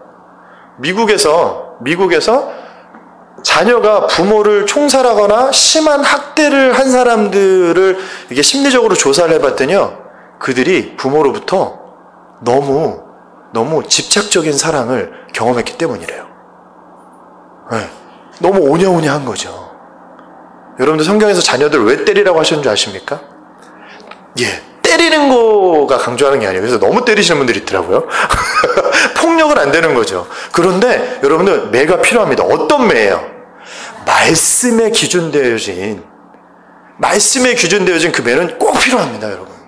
왜? 우린 죄인이니까. 날 때부터 죄인이니까. 예수가 필요하니까. 여러분들, 이 시대 가운데 우리가 기억해야 될 것이 무엇이에요? 그 우리를 질책하시고 때리는 것 같은, 찌르는 것 같은, 울게 하시고 고난 가운데 모시는 것 같은 정말 힘든과 어려움이 있지만 그것이 무엇입니까? 바로 하나님의 열심이신 것이죠. 우리를 가꾸시는 그 농부 하나님에 대신 그 하나님의 성실하심과 그 사랑이 저와 여러분들을 지금도 끌어가고 있는 줄 믿습니다. 그 끌어감 안에 있다면 저희들 괜찮은 겁니다. 인내하십시오. 참으실 수 있는 것이에요. 그 속에서 우리는 주님을 전심으로 찬양할 수 있는 것입니다. 가끔 제가 할렐루야 찬양합시다 하면 아멘 이러실 때가 있어요. 참 신기한 게 요 앞에 한 명씩 다 쓰셔야 되는데 다 보여요. 네. 제가 무슨 영안이 밝아서 뭐 투시 연세가 있어서가 아니라 보여요. 가끔 보여요. 저분 어려움이 있으시구나. 저분 되게 힘듦이 있으시구나. 가끔 되게 많이 웃고 계시는 분들 보면 전 더 불안해요. 도대체 뭘 감추고 싶으셔서 저렇게 웃으실까? 왜냐하면 우리가 그런 자리로 끌려가니까. 그렇지만 기억하는 것이 무엇이죠? 다시 오실 예수님, 그 하나님의 열심, 그 안에 여러분들이 있는 줄 믿습니다. 아멘. 그래서 여러분들 힘들수록 제가 아까 말씀드렸던 그 장로님처럼 눈물 날수록 찬양하십시오. 그 주님을 신뢰하세요. 한 가지만 더 말씀드릴게요. 제가 이 앞에서 늘 그렇게 웃으면서 찬양할 수 있는 저 삶의 컨디션일까요? 저는 부부싸움 안 할까요? 저희 시설에 얼마나 엄청난 일들이 있는지 아십니까? 진짜 별의별 일이 다 있습니다. 제가 사실은 여러분들에게 말씀 못 드렸었는데 어디 가서는 얘기하지 마시고요. 이거는 녹화해서 좀 편집해 주셨으면 좋겠는데, 사실은 올 초에 저희 시설에 아이가 한 명 사망했었어요. 가끔 그런 일이 있어요. 그래서 이제 떡 먹다가 이렇게 사망을 하게 됐는데, 이렇게 정말 어렵습니다. 그러면 정말 이제 시설에서 그런 일이 있으면 바로 불구속 입건돼요. 네, 시설장이. 그리고 또 저도 이제 들어가야 되고. 그럼 정말 몸으로 피곤한 것들 뿐만 아니라 심리적으로도 되게 압박이 있고요. 그리고 또 그 사망 사건이 일어나면 이제 그 가족들과도 이제 여러 가지 참 어렵잖아요. 저희가 너무 열심으로 정말 사랑하고 섬기지만 여러분들도 그렇게 믿어주시지만 참 곤란한 일들이 있어요. 그리고 딱 이렇게 좋게 될 것 같잖아요. 안 좋게 되는 경우들이 너무 많아요. 네, 너무 힘든 일들이 있습니다. 저 여러분들 얼마나 그런 많은 수고들 겪으셨어요. 그런데 우리는 그때 어떻게 반응하죠? 그때 누구를 찾습니까? 예, 할렐루야. 세상 사람들은 술을 찾습니다. 세상 사람들은 그것을 잊으려고 병리적인 모습을 삶 가운데 드러내요. 희한한 짓 많이 하더라고요. 예. 겉으로 멀쩡한 사람들이 말도 안 되는 일을 하는 모습도 뉴스에서 많이 보지 않습니까? 주님이 없어서 그렇습니다. 여러분들 우리가 고난을 통해서 하나님이 인식된다는 건 막연히 종교심을 일으키는 것이 아니라 축복인 줄 믿습니다. 이건 영광스러운 은혜인 것입니다. 그냥 단순히 붙잡을 것이 있는 뭔가, 도움 주실 것이 있는 뭔가가 있는 그 개념을 뛰어넘는 것이죠. 우리의 생명을 건져주시는 거잖아요. 생명을 건져주시는 거잖아요. 정말로 급박한 상황 가운데 있을 때 자녀가 내가 되고 돈이 내가 되고 아버지가 내가 되고 기업이 내가 되고 어떤 영향력이 내가 되면 그게 문제가 되면 어떻게 돼요? 보세요. 중소기업 사장님들 왜 다들 많이들 자살하죠? 회사 망할 때. 그게 나인 거죠. 자기 확장으로서. 자녀가 나일 때, 그 자녀와 갈등이 생길 때 그것처럼 어려운 게 없죠. 여러분들 누구십니까? 여러분들 누구십니까? 여러분들이 누구신지를 정확하게 이해할 때 여러분들 안에서 찬양이 터져나올 수 있는 줄 믿습니다. 아멘. 어떤 상황에서도요. 칠흑각 같은 어둠 속에서도. 바울과 실라가 옥중에서 찬양하기로 유명하죠? 여러분들 그게 쉬웠겠습니까? 신나게 두들겨 맞았는데 어느 정도로 두들겨 맞으면 종일 두들겨 맞았어요. 입술 안 터졌겠어요? 이빨 안 깨졌겠습니까? 피 안 흘리고 있겠어요? 그 시대 때 감옥이 어땠을 것 같으세요? 지금처럼 수세기 화장실이 있을 것 같습니까? 대소변 그 안에서 봤습니다. 2000년 전에 화장실이 좋아봤자 얼마나 좋았겠어요. 네? 물론 그 점 갈대우로 아브라함 그때는 이제 또 수세시 화장실이 있긴 했대요. 그리고 문명 그거 얼마나 누렸겠어요. 네. 그런데 여러분들 그 칠흑 같은 속에서 찬양을 드렸대요. 아이고 우리 힘들지만 그래도 주님 찬양해야지. 저는 그러지 않았을 것 같아요. 제 생각에는 찬양이 터져 나왔을 것 같아요. 이 표현 공감이 되십니까? 여러분들 정말 깊은 시름 가운데서 주님 하고 나올 때 있잖아요. 정말 곤란한 상황 가운데서 내가 붙잡을 건 다 사방에 우겨쌈을 당하고 저도 통장에 잔고가 마이너스가 됐을 때가 있었거든요. 와 정말 깜깜하더라고요. 네, 정말 어렵더라고요. 여러분들은 더 어려움을 겪으셨죠. 근데 우리 그때 누구의 이름이 불려지든가요? 예수의 이름이 불려진다면 여러분들 구원의 감격, 그 흔들리지 않는 하나님의 나라가 여러분들에게 있는 줄 믿습니다. 아멘. 여러분들 제가 하는 세미나가 단순히 어떤 제가 이렇게 막 멋지게 얘기하고 싶은 거 그런 거 아닙니다. 좀 제 본심을 좀 이해해 주세요. 여러분들 안에 하나님께서 그냥 손들고 찬양해, 기뻐 뛰며 찬양해, 그걸 원하시는 것이 아니라 뭘 원하세요? 여러분들의 삶 가운데 찬양이 눈물 나도 우겨쌈을 당해도 찬양이 어떻게 해요? 터져나오길 원하시고 계신 줄 믿습니다. 아멘. 여러분들 그런 찬양을 드렸으면 좋겠어요. 곡조에 맞고 안 맞고 그게 무슨 상관이에요? 네? 저는 우리 강 집사님 무릎이 아프셔서 이 드럼 이게 안 돼요. 그런데 하시더라고요. 2년 동안 2번 쉬셨어요. 그땐 정말 너무 아프셨을 때. 무릎이 안 움직이실 때. 여러분들의 삶 가운데서 하나님이 어떤 분이십니까? 여러분들 누구십니까? 그것을 명확하게 기억하는 것이 여러분들의 찬양의 이유가 되는 줄 믿습니다. 여러분들 기대하십시오. 여러분들의 찬양을 하나님께서 기뻐하시고 여러분들의 찬양을 받고 계신 줄 믿습니다. 아멘. 자, 그럼 한번 우리 이 찬양 한번 들어가 볼까요? 네. 우리 시편 100편 말씀 좀 띄워주시기 바라고요. 네. 자, 우리 첫 번째로 찬양에 대한 동기 유발에 대해서 우리 저번 주에 마지막 시간에 배웠죠? 여러분들 이거 참 중요합니다. 말씀에서 어떻게 찬양하라고 표현하고 있는지가 너무너무 중요합니다. 여러분들 사실은 오늘 제가 사실은 이 표면적인 말씀에 대한 찬양의 모양들을 오늘 나눌 거예요. 이것도 너무나 깊은 은혜가 있거든요. 사실은 근데 더 깊은 메시지가 있어요. 더 깊은 메시지가. 다음번에 제가 한번 그 예배 세미나 찬양 세미나 한번 더 하게 되면 그때 이 말씀들을 나누도록 하겠습니다. 근데 겉으로 드러나 있는 일반적인 찬양의 표현들을 이렇게 하게 되지만 여러분들 이것을 할 때도 지금까지 우리가 나눴던 이 하나님의 주인 되심, 그 하나님의 열심과 그 사랑으로 우리를 끌어가시는 그 은혜 안에서 찬양하시고 예배하시는 저 여러분들 됐으면 좋겠습니다. 자, 보세요. 우리 두 번째 보면 하나님의 말씀 속에 있는 찬양과 경배의 모형들이 있죠. 네, 정말로 믿음을 샀던 저희들과 똑같은 삶의 여정을 살았던 믿음의 선진들이 하나님을 어떻게 예배하고 표현했는지 한번 저희들이 보면 도전이 되겠죠. 예, 단순히 시적인 표현, 어떤 그냥 문학적인 표현이 아니라 실제적인 의미들이 있다는 것입니다. 자, 1번 한번 다 같이 읽어보겠습니다. 시편 100편에 시작.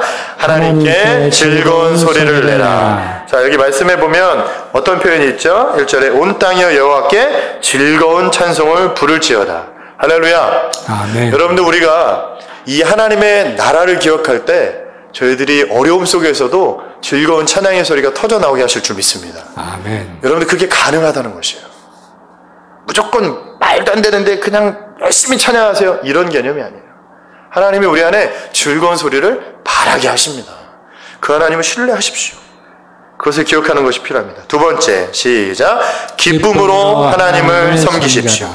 2절에 보면 기쁨으로 여호와를 섬기며 노래하면서 그 앞에 나아갈지어다 라는 표현이 있습니다. 여러분들 이거 너무나 흔한 표현이잖아요. 그렇죠? 흔한 표현입니다. 기쁨으로 찬양하는 거 너무나 많이 들었잖아요. 우리 찬양의 가사들도 많이 있고. 여러분들 우리의 삶이 세상이 줄 수 없는 기쁨을 누리게 하신다라는 그 하나님의 열정적인 표현인 줄 믿습니다. 여러분들 이렇게 하십니다. 실제적으로 하세요. 가진 게 있고 없고가 아니고요. 그게 아니라 세상이 줄 수 없는 평안을 누리게 하십니다. 그 누리게 하세요. 누리게 하십니다. 여러분들 이런 찬양 아세요? 내 평생에 가는 길 순탄하여 늘 잔잔한 것 같은지 큰 풍파로 무섭고 어렵든지 나의 영혼은 늘 편하다. 내 영혼 평안해. 내 영혼 평안해. 이 찬양 많이 부르셨죠? 너무 아름답고 좋지 않습니까? 이렇게 부르는 것만으로도 평안하고 이렇게 되게 삶의 안정감이 있고 삶에 하나님께서 평안을 가득 준 사람이 이렇게 표현한 시 갖고 지은 것 같잖아요. 그렇지 않습니다. 여러분들 이 찬양 지은 분이 호레이쇼 스페포드라는 분이에요. 이분이 어떤 분이냐면요. 그 의사하셨어요. 그래서 의과대학에서 이제 법리학 교수로 계셨고 또 여러 신학교도 운영하시는 재력도 있으시면서 1800년도 말에 무디라는 엄청난 전도자가 있었습니다. 정말로 막 몇천 명이 회개하고 돌아오고 그 무디가 그 복음이 대단했거든요. 그 무디와 함께 사역을 했던 분이에요. 그런데 1871년에 시카고에 큰 화재가 있었어요. 그때 제 생각으로 3,000명이 죽은 걸로 알고 있거든요. 그래서 그때 엄청난 피해가 있었는데 이분이 그 화재로 인해서 모든 재산이 다 불에 탔습니다. 그래서 너무 절망 가운데 있었어요. 너무 힘든 가운데 있고 막 우울증에도 빠져 있고 힘든 가운데 있었는데 그래서 이분의 가족이 좀 쉼이 좀 필요했어요. 그래서 그 자리를 시카고로 좀 떠나서 쉼을 좀 갖고 싶어서 그 배를 타고 그 영국으로 가서 좀 쉼을 가지려고 했어요. 그래서 아내랑 딸이 4명이 있었대요. 그 딸 4명을 이렇게 먼저 배에 태워서 이렇게 같이 가려고 했는데 갑자기 그 무디와 함께 어떤 사역이 생겨서 먼저 딸과 아내만 보내고 그 사역을 하고 자기는 좀 뒤에 출발하기로 했답니다. 그런데 그 딸과 아내가 탔던 배가 어떤 이제 군함과 이렇게 부딪혀가지고 그때 226명의 사람이 죽었는데 이 스태포드라는 사람의 딸 4명이 다 죽었답니다. 그래서 그 절망 가운데 근데 이 엄마는 구사일생으로 살아난 거예요. 여러분들 우리가 세월호를 겪었기 때문에 얼마나 이게 끔찍하고 힘들었었겠습니까? 그래서 그 아내를 생각하면서 그 아내를 빨리 찾아가서 위로하고 아픔을 나누고 싶어서 이렇게 가는데, 배를 타고 가는데 선장이 이 스패포드를 잠깐 불러드려요. 근데 사실은 지금 지나가는 이 자리가 당신의 딸이 죽었던 자리라고 잠깐 얘기를 해주더래요. 근데 그 얘기를 듣는 순간 스패포드가 너무 오열과 막 그 슬픔에 잠겨서 그 선실에 혼자 들어가서 막 밤새도록 이렇게 눈물을 흘리면서 하나님 앞에 고통스러워하고 있는데, 새벽 3시쯤에 정말로 절망 가운데서 죽을 것 같은 상황이 있는데 갑자기 기도 중에 말로 표현할 수 없는 하나님의 평안이 임하더라는 것입니다. 그러면서 어떤 마음이 일어났냐면 하나님의 나라를 소망하게 되는 그 은혜를 경험하게 됐답니다. 이 땅이 끝이 아니라 이 땅은 잠시 나그네에 불과하고 이 땅을 통해서 내가 너희에게, 성도에게 이 땅 세상 가운데 선포하고 있는 메시지가 있다는 마음을 주시더래요. 그러면서 이 스탠포드가 갑자기 주님 앞에 소리를 내기 시작했는데, 시를 읊조리게 됐는데 이 가사를 썼다라는 것이죠. 여러분들, 이 찬양이 단순히 우리가 어떤 신비적인 어떤 음악이 쫙 흘리면서 어떤 이렇게 분위기를 고조시키는 평안의 메시지가 아니라 절망 가운데서도 일하시는 그 하나님의 놀라우신 메시지인 줄 믿습니다. 아멘. 여러분들, 세상에 줄 수 없는 기쁨이 저와 여러분들에게 누려질 수 있다는 사실 기억하시기 바랍니다. 세상에 할 수 없는 사랑을 저와 여러분들이 할 수 있게 됩니다. 아멘. 아멘. 보세요. 세상 사람들은 자기 의로 사랑하지만 저희는 자기를 부인함으로 예수님으로 인한 사랑이 드러나잖아요. 그게 진짜 사랑 아니겠어요? 내 만족으로 하는 사랑 아니잖아요. 한계가 있는 사랑이 아니지 않습니까? 아멘. 무언가 꿍꿍이가 있어서 하는 사랑이 아니잖아요. 그 사랑이 전해질 때 어떤 일이 있을까요? 회복이 일어나겠죠. 예수 그리스도의 피가 흐르니까, 성령의 역사하심이 일어나니까 실제적으로 그런 놀라운 일들이 있는 거 아닙니까? 단순히 제가 등록금 2번 저번 주 말씀드린 것처럼 그것이 단순히 등록금 해결된 거 너무나 기쁘고 신났지만 그것이 아니라 제가 신학을 할까 말까 고민했거든요. 신학을 해야 되는지 저의 부르심이 있는지 헷갈렸었어요. 근데 하나님께서 그것을 통해서 단순히 등록금을 채우신 개념이 아니라 하나님께서 저에 대한 부르심에 대한 확증이 있어서 너무너무 감격이 됐었어요. 얼마나 눈물이 나든지요. 제가 그것을 깨닫고 제가 알았다는 게 아니라 하나님이 알게 하셨어요. 그쪽으로 인도하셨어요. 너무 감격이 되더라고요. 그래서 지금도 막 신학을 포기하고 싶고, 지금도 나 같은 사람이 목사 돼도 맞나 이런 생각 날마다 합니다. 겸손한 척 하는 게 아니라 이거를 우리 전세님은 아실 거예요. 우리 목사님은 이해하실 거예요. 네. 너무 죄인이다 보니까, 연약하다 보니까. 그런데 여러분들, 제가 견딜 수 있고 이 자리에 있을 수 있는 건 제가 참고 인내하는 게 아니고요. 그런 하나님의 세상이 줄 수 없는 평안과 사랑이 제 안에 있기 때문에, 말씀으로 날마다 있기 때문에 제가 이 자리에 서 있는 줄 믿습니다. 아멘. 나의 나된 것은 주님의 은혜인 줄 믿습니다. 아멘. 여러분들, 이 기쁨이 단순한 그런 기쁨이 아니라 하나님을 찬양하는 놀라운 기쁨이라는 것이죠. 자, 세 번째, 시작. 그의 존재 앞에 찬양하며 오라. 여러분들, 그 하나님의 살아계심 앞에, 그 하나님의 살아계심 앞에 찬양하고 있다는 사실 기억하셔야 됩니다. 예배를 형식이나 툴로 생각하시면 안 되고요. 여러분들, 이 하나님의 살아계심 앞에. 아멘이십니까? 아멘. 목사님이 이렇게 규제하시고 규율을 정하실 때 있잖아요. 그게 여러분들을 막연히 붙들어 놓으시려고 하는 게 아니에요. 예배 시간에 좀 왔다 갔다 하지 마십시오. 화장실도 좀 미리 갔다 오십시오. 핸드폰도 좀 진동을 해 놓으십시오. 왜 그렇게 합니까? 규율과 규제입니까? 그러면 우리 답답하고 힘들죠. 화가 나잖아요. 뛰쳐나가고 싶잖아요. 여러분들, 그런 개념이 아니라 하나님의 살아계심 앞에 예배드리고 있다라는 마음. 초대교회 사람들이 코람데오, 하나님 앞에서 라는 뜻이거든요. 그 하나님 앞에서 신앙생활을 하다 보니까 그 굴 속에서 3, 4대가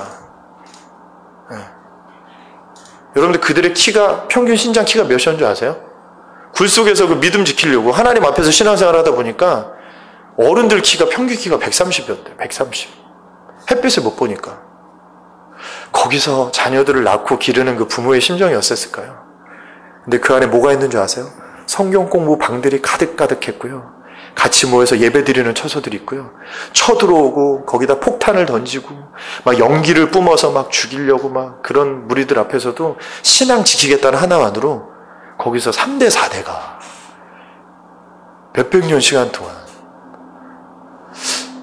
여러분들 왜 그런 것들이 가능할까요?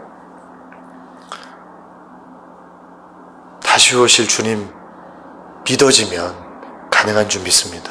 아멘. 그들의 종교적인 열심이었을까요? 여러분들 그만큼 핍박받은 종교 없습니다. 네. 여러분들 왜 초대교회와 여러분들 제가 저번주 주기철 목사님 상상이 되세요? 저는 매번 그 얘기 할 때마다 그리고 그 영화도 많이 봤거든요. 주기철 목사님 그 모판 걸으신 영화 보신 분들 안 계세요? 그걸 실제로 걷는 그 표현을 했어요. 근데 그 교회 다니는 그 제가 아주 친한 형님이 계세요. 근데 그 정말 사실이래. 그 권사님들이 보신 분들이 있더라고요. 네. 이제 이북에 있던 교회가 이렇게 내려왔거든요. 산정형 교회라 그래서. 근데 그것을 실제로 보신 분들이 있어요. 그 증언들이 있어요. 모판을 걸었대요. 종교적인 열심으로요? 아니요. 그 하나님 나라가 믿어졌겠죠. 하나님이 하셨겠죠. 아멘이십니까? 아멘. 제가 그분들을 비하하는 게 아니고요. 대단한 것들을 좀 깎아내리는 것이 아니라 그게 사람의 열심이면 아무것도 아닌 것이지만 하나님이 하셨기 때문에 기쁨으로 그 살아계신 하나님 안에 있었기 때문에 그게 가능한 줄 믿습니다. 여러분들 보세요. 초대교회나 우리나라 이 엄청난 부흥을 이루었던 이 교회들의 특징이 뭐예요? 초창기에 그런 무고한 자에 뭐가 있어요? 피 흘림이 있다는 거예요. 이게 뭐예요? 예수 그리스도. 할렐루야. 아멘.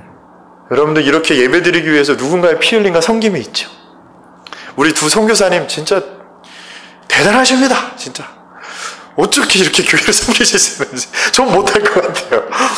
마냥 칭찬해야 게 아니라 저걸 하라면 전 못할 것 같습니다. 우리 김 집사님 진짜 대단하십니다. 인천에서 이렇게 예배를 한 번도 안 받으시고 정말 전 못할 것 같아요. 감히 못할 것 같아요. 이 광탄 식구들 우리 장로님 우리 선행이 엄마 요즘에 막 새벽 예배도 드리시더라고요. 우리 예배를 막 얼마나 사모하는지. 여러분들 이것이 우리의 열심이 아니라 하나님의 은혜 때문에 저와 여러분들이 이 자리에 있는 거 맞죠? 아멘. 아멘이십니까? 아멘. 그렇다면 하나님께서 계속 우리를 끌어가실 줄 믿습니다. 아멘. 이전까지 열심히 하셨으니까 뭐 강단에서도 이렇게 했으니까 이제 빼도 박도 못 하실 거예요. 이런 얘기 하는 게 아니라 인간적인 열심 기대하지 않습니다. 그것은 우리의 의가 되고 우상이 된다고 성경이 말씀하고 있다면 우리는 계속해서 그 하나님의 열심을 믿어드릴 때 하나님께서 그 거룩의 자리를 끌어가시고 그 하나님의 놀라우신 일을 허락하실 줄 믿습니다. 4번 하나님이 누구이시며 하신 일들을 기억하라는 것이에요. 잊어버리지 마십시오. 성경을 왜 봅니까? 하나님이 하나님 되심을 보이셨던 사실을 믿음으로 반응하는 것입니다. 이것을 기억하십시오. 여러분들의 삶 가운데서 역사하셨던 하나님 선포하시고 얘기하세요. 아주 작은 일이라도 여러분들 섬세하게 한번 바라보십시오. 성령이 얼마나 세밀하게 역사하시는지 몰라요. 우리의 상처를 다루시고 역사하시는지 몰라요. 여러분들 직장 가운데서 삶 가운데서 답답하고 힘든 일만 고민하지 마시고 잘 보세요. 채우심이 있습니다. 채우심이 있어요. 계속 고난만 허락하시지 않아요. 세밀한 평안이 있습니다. 세상 사람들은 모르는 하나님의 말씀하심과 참게 하시는 그 임재가 있어요. 그것을 바라보지 않으니까 막 그릇행해지고 어그러지지만 더 놀라운 사실, 우리가 밀어내지고 실수하고 넘어져도 그 속에 하나님의 뭐가 있대요? 성경에? 경륜이 있답니다. 경륜. 하나님의 계획이 있대요. 할렐루야. 아멘. 참, 그 다윗이 엄청난 죄를 졌는데 그것이 뭐예요? 바세바를 통해서 누가 일어나요? 솔로몬. 둘째 아들. 그 자녀로 누가 일어나요? 예수 그리스도. 할렐루야. 아멘. 무조건 잘못해도 하나님께 다 책임지신다 이런 개념이 아니라 하나님의 계획이 있다는 것입니다. 하나님의 시퍼런 하나님의 섭리가 있다는 것을 말씀하고 있는 것이에요. 여러분들 그 하나님의 살아계심 그것을 기억하시는 하나님이 누구신지를 기억하는 저 여러분들 됐으면 좋겠습니다. 할렐루야. 그러면 다섯 번째, 우리 다 같이 한번 다섯 번째, 여섯 번째, 일곱 번째 읽겠습니다. 시작. 감사함으로 그문에 들어오라. 찬양하며 그의 왕궁에 들어오라. 일곱 번째, 그의 이름을 찬양하라. 할렐루야. 아멘. 그냥 감사함으로가 아니라 그것을 기억한다면 저희들이 예배 때 감사함으로 예배할 수 있는 것입니다. 그래서 모든 교회가 임내 찬양을 하는 게 뭐예요? 저희 예배가 찬양으로 더 이렇게 풍성하게 드리는 이유가 뭐예요? 이 메시지를 알기 때문에 그렇습니다. 아멘이십니까? 아멘. 여러분들 그 이름을 찬양할 수 있는 그 하나님의 선하심과 성실하심 때문에 우리가 예배할 수 있다는 사실을 기억하시기 바랍니다. 아멘. 자, 우리 조금 빨리 보도록 하겠습니다. 이 뒷부분들은 사실은 좀 쉽습니다. 자, 우리 A를 마쳤고요. B, 하나님의 말씀 속에 있는 찬양과 경배 모형들에 대해서 좀 많습니다. 5까지 있어요. A, B, C, D, E, F, G, H, I, J, K, L, M. 좀 긴데요. 근데 금방 끝날 겁니다. 여러분 보세요. 자, 여러분들 제가 서서 찬양하며 예배하기라는 메시지가 있죠? 네. 자, 우리 거기 말씀 한 구절만 읽어볼까요? 시편 135편 1절에 이제 시작. 할렐루야. 여호와의 이름을 찬송하라. 여호와의 종들아 찬송하라. 여호와의 집 우리 여호와의 성전 곧 우리 하나님의 성전들에 서 있는 너희여. 아멘. 아멘. 여러분들 그 밑에 보면 하나님을 찬양할 때 서서 찬양하라는 표현들이 있어요. 자, 먼저는 제가 다음번에는 더 이 안에 있는 깊이 있는 말씀이 기회가 되면 나누겠지만 표면적인 가르침을 먼저 배우도록 하겠습니다. 이것도 되게 중요합니다. 네, 여러분들 제가 이 시간에 우리 다 같이 자리에서 일어나셔서 찬양하시겠습니다 하면 가끔 그럴 때 있죠. 아, 진짜 허리도 아픈데 힘들고 피곤한데 계속 일어났다 앉았다 하라 그래 이럴 때 있잖아요. 그게 아니고요. 저희들이 경외감을 표현할 때 자리에서 일어납니다. 대통령이 올 때, 그렇죠? 국가에 중요한 그 손님들이 올 때 앉아서 영접하나요? 그렇지 않습니다. 그의 존귀함과 그의 가치를 인정할 때 자리에서 일어나는 표현들이 있죠. 여러분들과 하나님의 그 존귀하심과 역사하심을 인정합니다 라는 마음으로 자리에서 일어나시겠습니다. 할렐루야. 아멘. 여러분들 이제부터 제가 일어나서 찬양하시겠습니다 그러면 슬퍼하시거나 노여하시면 안 됩니다. 아시겠습니까? 아멘. 한 가지 더 도전하고 싶습니다. 여러분들 하나님께서 하나님의 그 임재하심과 하나님을 경외하는 마음이 크게 일어날 때 조금 어려우시더라도 누군가 하나님 앞에 자리에서 일어나셔서 찬양하시면 좋겠어요. 네. 일어나서 찬양하세요. 인도자가 말해서 수동적으로 일어나는 거. 지금 성경이 그걸 말하는 거예요? 아닙니다. 아닙니다. 제가 여러분들에게 적극적인 찬양의 액션을 요구하는 겁니까? 아닙니다. 여러분들 오해하지 마십시오. 저와 상관없습니다. 예배는 개별적인 거예요. 공동체가 함께 모여서 그 예배의 삶을 나누는 것이 있지만 여러분들 하나님 앞에 여러분들 한 분 한 분이 반응하는 것입니다. 하나님의 살아계심 앞에 찬양할 때 자연스럽게 일어나셔도 아무도 뭐라 하지 않습니다. 근데 이제 다 같이 어떤 이제 경건한 예배 속에서 좀 자리에 앉아서 예배하겠습니다. 이제 사회자의 부탁이 있거나 어떤 이렇게 저희들이 인격적으로 좀 반응해야 될 때가 있다면 그렇게 하지만 저희 예배는 너무 풍성하고 자유롭잖아요. 찬양도 좀 많이 하고 그때 그렇게 하시기 바랍니다. 여러분들 하나님 그걸 기뻐하세요. 다시 한번 말씀드립니다. 그걸 요구하는 게 아닙니다. 제가 예배 인도자고 분위기 띄우려고 와 저 교회 갔더니 예배 드리게 사람들이 벌떡벌떡 일어나서 찬양해 그런 교회들이 있어요. 근데 그 안에 얼마나 풍성한 은혜들이 있는지 몰라요. 왜요? 하나님이 내게 하신 일에 대해서 어떻게 하는 거니까? 스스로 반응하는 거니까. 그 장로님 울면서 찬양했던 분 있잖아요. 제가 일어나라고 말하지 않았어요. 일어나면서 뛰면서 찬양하시더라고요. 이렇게. 두 번 C 손들기가 있습니다. 우리 시편 133편 2절에 성소를 향하여 너희 손을 들고 여호와를 송축하라. 그 뒤에 말씀 안 읽겠습니다. 여러분들 집에 가서 참고하십시오. 여러분들 손을 든다라는 표현이 무엇이냐면요. 한번 손 들어볼까요? 손을 한번 높이 들어보십시오. 네, 할렐루야. 자, 이 시간에 우리 하나님 앞에 오른손을 들고 찬양하시겠습니다 라고 했죠. 여기 의미가 있어요. 오른손이라면 우의정 자의정 있듯이 오른손이 의로움이라는 뜻이 있어요. 그런 표현이 있고요. 또 하나 뭐가 있냐면 손을 든다는 건 그를 인정한다라는 표현입니다. 네, 내리셔도 좋습니다. 감사합니다. 여러분들 찬양 가운데 어떤 가사가 여러분들 마음간에 다 부딪힐 때 있죠. 약할 때 강함 대신에 날마다 숨쉬는 순간마다 내 안에 어려운 일 보내. 제 안에 이런 갈등이 있는데 우리 주님께서 찬양을 통해서 말씀하실 때 그때 어떻게 하시라고요? 네. 막 이렇게 안 드셔도 돼요. 그렇게 하셔도 되지만 자연스럽게 하나님 앞에 손을 들고 좀 찬양하십시오. 다시 한번 말씀드립니다. 분위기 일으키려고 하는 거 아닙니다. 자연스럽게 하나님 앞에 손을 좀 드십시오. 우리 목사님 가끔 모르게 이렇게 손 들고 찬양하실 때 있어요. 저는 그때 되게 감동이 되더라고요. 감동이. 네. 하나님의 임재 앞에 본인의 만지심이 있는 거죠. 네, 그게 있습니다. 아시겠습니까? 자, 입으로 말하는 것도 찬양이 됩니다. 사도행전 10장 46절 다 같이 읽겠습니다. 시작. 이는 방언을 말하며 하나님 높임을 들음이로라. 사도행전 2장 11절에 보면 그레데인과 아라비아인들이라 우리가 다 우리의 각 언어로 하나님의 큰 일을 말함을 어떻게 하다? 듣는도다. 여러분들 보세요. 전도도 찬양이 되는 줄 믿습니다. 여러분들 우리 안에 은혜가 누려지면 하나님께서 나를 끌어가시는 것을 인정하고 자기 부인하는 자리에 서게 되면 하나님께서 우리를 사용하시고 일하실까요? 안 하실까요? 여러분들 삶 가운데 하나님의 말씀에 부딪힘과 일하심이 적다면 내가 정말 이 예수님의 말씀, 빌립보서 2장 말씀으로 예배하고 있는지 점검하십시오. 하나님의 자리, 예수 그리스도의 예배의 자리, 그 자기 부인의 자리에 있지 않기 때문에 하나님의 일하심이 적으실 수 있습니다. 정죄하는 것이 아니라 도전하는 것입니다. 왜냐하면 하나님께서 우리의 삶을 통해서 일하시기 원하십니다. 저 옛날에 복음 전하는 거 너무 힘들어했어요. 전도사인데도 제가 제일 못하는 게 전도쌤이라. 너무 감사한 것이 내 의로움으로 내가 전도 많이 했기 때문에 전도의 은사가 있기 때문에 전할 수 있는 것이 아니라 내게 누려진 하나님 그냥 표현하고 전하면 되더라고요. 울던데요. 자연스럽게 전했는데 저는 감동되라고 울리려고 얘기하지 않았는데 성령의 만지심으로 그가 눈물 흘리는 것들을 보게 되고 그가 깨어짐으로 그 잘못된 것으로부터 이렇게 돌아오려는 마음들을 갖게 되는 것들을 보게 되고 하나님의 복음이 인식되어져서 신앙생활을 하는 것들을 보게 하셨습니다.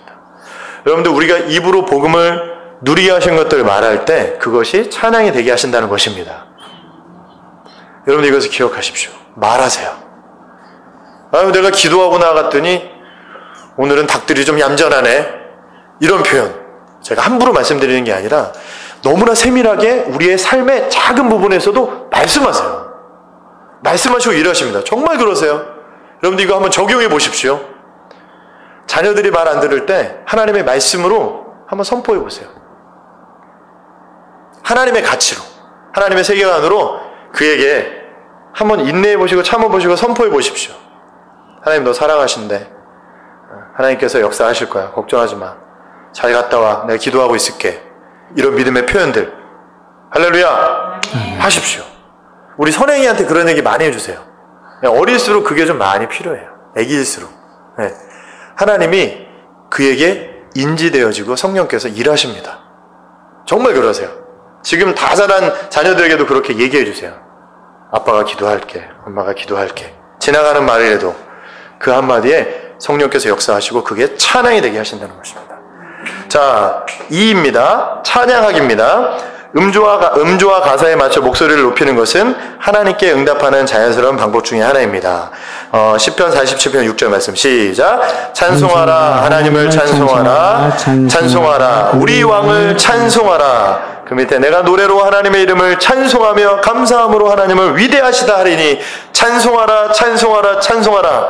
여러분들 곡조와 음악이 맞춰져 있는 것들을 통해서 하나님을 찬양하라고 하나님께서 계속해서 우리를 권면하시고 일으키신 줄 믿습니다. 여러분들 가끔 이런 분들이 있어요. 제가 예배 사역 많이 하다 보니까 찬양만 딱 시작하면 이런 분들이 있습니다. 자기는 찬양이랑 안 맞대요. 그리고 자기는 노래를 싫어한대. 여러분들 그거가 상관없이 찬양하는 것이 우리 의무입니다. 음정과 박자가 중요한 건 아니고요. 하나님을 예배할 때 우리가 그 멜로디에 맞춰서 노래하라고 하나님 말씀하셨습니다. 사실 여기에 더 깊은 의미가 있지만 표면적인 명령에도 반응하는 것은 우리 신앙 있는 성도들에게 중요한 아주 거룩한 의미인 줄 믿습니다. 자, F번 보면 성령 안에서 노래하기라는 표현이 있습니다. 자, 한번 읽어볼까요? 시작. 가사나 음악으로 자유롭게 노래하며 여러 가지 언어로 반응하기. 고린도전서 14장 15절에 보면 그러면 어떻게 할까? 내가 영으로 기도하고 또 마음으로 기도하며 내가 영으로 찬송하고 또 마음으로 찬송하리로다. 여기서 영으로 찬양하고 영으로 기도한대요. 이게 뭘까요? 네? 여러분들 보세요. 이렇게 할 수 있어요. 찬양하면 슬픈 마음 있는 사람 이렇게 할 때 있잖아요. 그리고 예수의 이름은 천국의 기쁨일세 이렇게 곡조 있는 찬양을 하나님 앞에 올려드릴 수 있습니다. 그 다음에 하나님께서 여러분들에게 자연스럽게 찬양을 허락하실 수 있어요. 제가 가끔 그렇게 하죠. 예수의 이름 높이며 찬양 할렐루야. 시편에 보면 새 노래로 주님을 찬양하라고 표현할 때 있거든요. 그리고 우리가 이렇게 곡조와 상관없이 주시는 멜로디와 메시지를 가지고 이렇게 선포할 수 있는 찬양이 있다 없다? 있다라는 것입니다. 그것을 자연스럽게 할 필요가 있어요. 그래서 외국에서나 이런 부분들이 많이 열려져 있는 예배들 속에서는 자연스럽게 이렇게 방언 찬양도 하고요. 방언 하시잖아요. 방언에 곡조를 좀 붙여서 하나님께서 주시는 마음으로 찬양하는 겁니다. 이게 처음엔 좀 어색한데요. 이게 깊이 들어가면 너무나 자유로움이 있습니다. 그리고 하나님께서 풀어주시는 은혜들을 경험하게 돼요. 이거 좀 너무 신비적으로 보실 필요 없고요. 예, 이단들이 좀 많이 하긴 하는데 그것과 상관없습니다. 네, 하나님께서 새 노래로 찬양하시라는 게 작곡하는 사람들에게 찬양을 허락하시는 게 아니라 저 여러분들에게도 찬양을 허락하세요. 그래서 여러분들 가끔 이럴 때 한번 개인적으로 기도하실 때 있죠. 기도하실 때 어떤 찬송이 생각나면 이렇게 찬양을 좀 하세요. 찬양을 하세요. 그러다가 자연스럽게 멜로디가 생각하시면 그냥 소리 나는 대로 노래하세요. 랄랄랄랄라 할렐루야 할렐루야 할렐루야 이렇게 멋지게 안 해도 되고요. 자연스럽게 음정과 노래를 맞춰서 한번 해보십시오. 네, 신비적인 어떤 체험을 떠나서 하나님께서 그 찬양 가운데 기름 부으셔가지고요.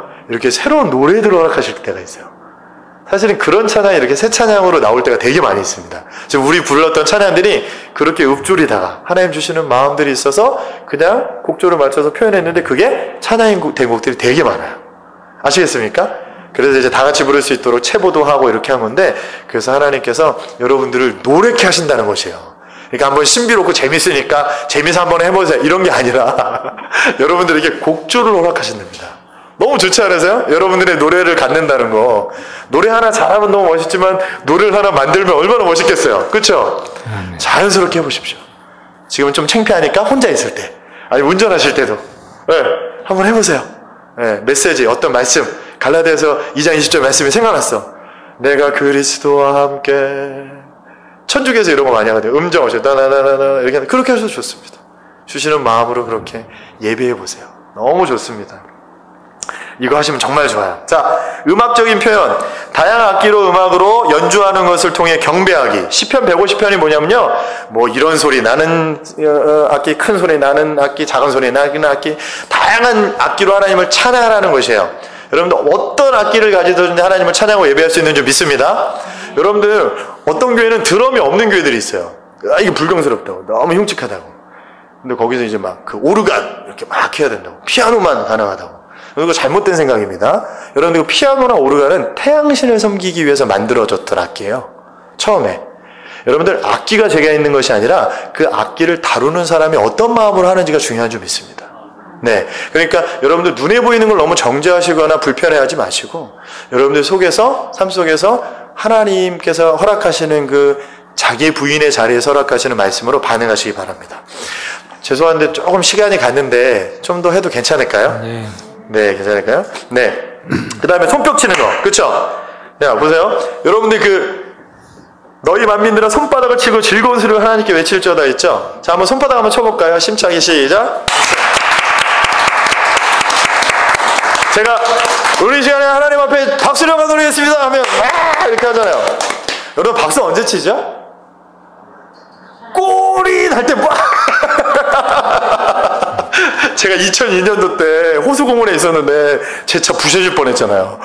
사람들이 뭐 차를 발로 차고 막 하더라고요. 그래서 제가 조금 찌그러졌는데 기분 안 나쁘던데요. 근데 사람들이 이렇게 너무 심하게 하는 건 좀 이상한 거지만 막 부시고 이러는 거. 내려 보세요. 여러분 막 눈물이 나면서 감격에 벅차서 박수가 절로 나올 때 있잖아요. 예수님이 여러분들의 삶 가운데 날마다 동행하면 하나님께 박수 치고 싶습니다. 제가 기도할 때 가끔 박수 칠 때가 있어요. 분위기 띄우려는 게 아니라 그 하나님이 하셨던 일들이 맞습니다 주님, 감사합니다 주님, 이 생각이 들어서 박수가 가끔 나오더라고요. 기도하면서. 무슨 말씀인지 아시겠어요? 여러분들 우리 이 시간에 하나님 앞에 박수로 영광 돌리겠습니다 할 때 이러지 마시고 전심으로 박수하시기 바랍니다. 열렬한 박수 받기에 합당하신 분이신 줄 믿습니다. 아멘. 자, 소리치기. 자, 여기 보면 여리고성 무너뜨릴 때 외치는 표현들이 있었잖아요. 여러분들 이렇게 선포하는 것이 참 중요합니다. 제가 이런 표현하죠. 찬양 딱 마친 다음에 신실하신 좋으신 나의 주, 우리 박수로 하나님 앞에 영광 돌리겠습니다. 우리 주님은 살아계신 분이십니다. 하나님께서 우리의 찬양을 받으십니다. 이게 바로 소리치기입니다. 선포라고 표현해요. 여러분들 하나님께서 주신 어떤 메시지, 은혜들이 있을 때 제가 이렇게 선포할 때 있죠. 제 말만 듣고 박수만 치지 마시고 여러분들도 같이 하셔도 됩니다. 아시겠습니까? 하나님 찬양합니다. 하나님 감사합니다. 주님 제 삶 가운데 이렇게 찬양하시게 해주셔서 고맙습니다. 이렇게 소리내서 선포하십시오. 한번 해볼까요? 네. 시간이 너무 많이 갔으니까 제가 이제 하시나 안 하시나 보겠습니다. 주일날. 네. 여러분 이거 해보세요. 분위기 띄우려는 거 제가 지금 이거 4번 얘기했는데 그게 아니라 정말 감격이 있어요. 살아있는 사람을 하게 되어 있습니다. 할렐루야. 자, 제2 춤. 여러분들 다윗이 하나님 앞에 춤췄죠?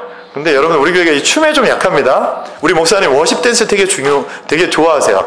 멋지게 찬양하고 이 수하는 거 이것도 너무 중요하지만 여러분들 제가 가끔 춤출 때 있습니다. 제가 제일 잘하는 춤이 이거죠? 네. 우리 민영자매가 제일 좋아하는데 이렇게 앉았다 일어났다 춤이래요. 가끔 이렇게 발을 뜰 때도 있죠. 네.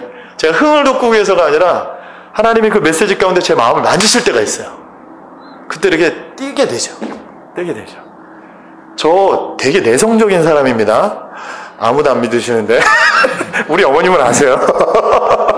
제가 얼마나 긴장하고 떠는지 몰라요. 저번 주 설교 영상 봤는데 진짜 너무 떨더라고요.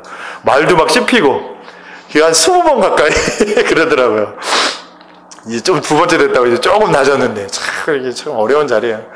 여러분들 하나님 앞에 춤추게 하실 때가 있습니다. 여러분들 춤추게 하실 때가 있어요. 근데 그때만 추지 마시고요. 아까 장로님 말씀드렸던 것처럼 눈물이 나도 한번 뛰어보십시오. 주님 앞에서요. 하나님 얼마나 기뻐하시겠어요. 이야, 우리 돌아오는 금요일 예배와 주일 예배가 기대됩니다. 네, 아무도 안 웃으시고. 자, 웃음. 네, 웃음을 통해 허락하신 은혜를 표현할 수 있어요. 네, 욥기에 보면 이 고난받았던 욥이 어떤 표현했어요? 하나님은 순전한 사람을 버리지 아니하시고 악한 자를 붙들어 주지 아니하심으로 웃음을 어떻게? 내 입에, 즐거운 소리를 어떻게? 내 입에 채우시느니라. 할렐루야. 아멘. 여러분 우리가 찬양할 때 막 이렇게 기분 좋을 때 있죠. 네. 근데 사실은 제가 되게 신비한 경험을 하나 했었는데요. 제가 이제 DTS라는 예수전도단의 훈련을 받았는데 거기는 이렇게 막 들어가서 살면서 6개월 동안 훈련받기도 하고 그리고 이렇게 오랜 시간 동안 훈련받는 시간들이 있어요. 디사이플 트레이닝 스쿨이라 그래서 제자 훈련 학교라는 약자인데 여러분들 거기서 보면 이제 아픔을 나누는 좀 시간이 있어요. 내적 치유 시간이라 그래서 이게 사단이 이렇게 하나님의 은혜 누리지 못하게 하려고 이제 많은 고난 아픔들 주잖아요. 막 진짜 정말 끔찍한 아픔들이 있습니다. 와, 진짜 드라마에 나올 법한 아픔들이 어쩜 그렇게 다들 있는지. 네, 있어요.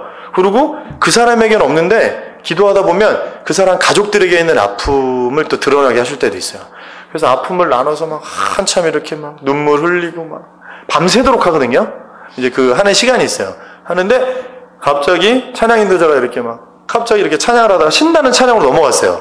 그래서 막 일어나서 막 같이 손잡고 쭈면서 찬양하게 됐네? 그러다 이렇게 탁 이렇게 앉았는데, 자리에 앉았는데, 갑자기 어디서 웃음이 텅 터져 나온 거야. 근데 갑자기 다 같이 웃는 거예요. 한 40명이. 놀라운 사실. 2시간 동안 그 웃음이 멈추지 않았다면 여러분들 믿음이 가십니까? 안 믿겨지시죠?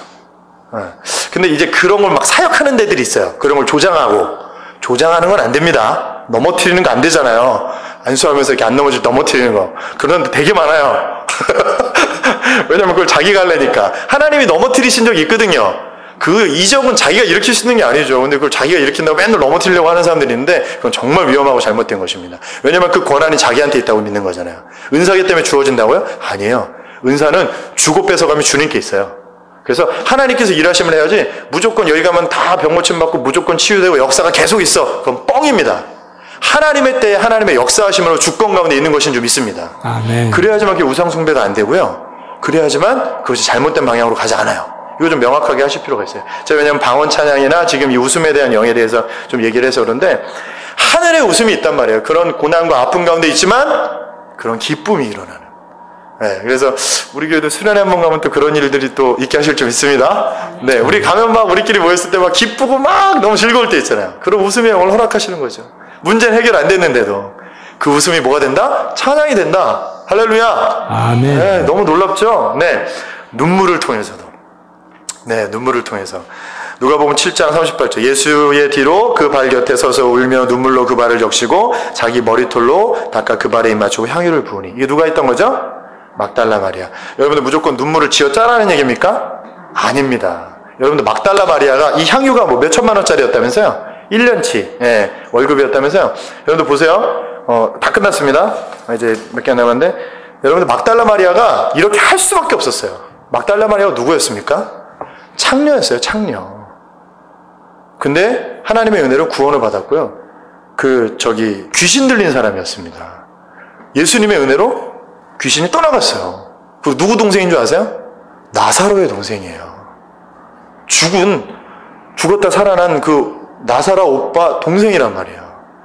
이 정도 은혜 받았는데 그 향이 못 붙겠어요? 하나님께서 우리에게 엄청난 헌신을 허락하실 때 하나님의 놀라우신 은혜를 사모하시면서 헌신하시기 바랍니다. 그리고 여러분들 눈물 흘리게 하실 수도 있어요.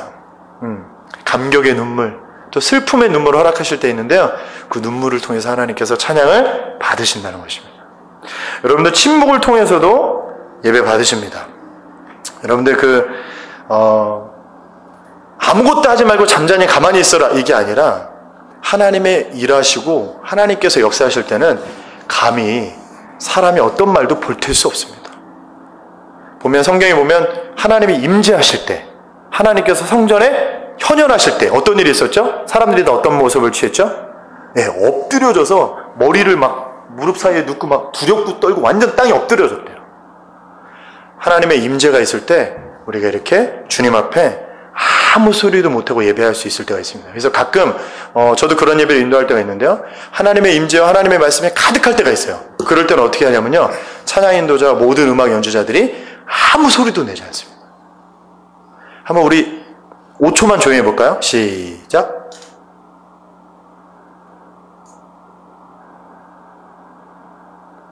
되게 길죠?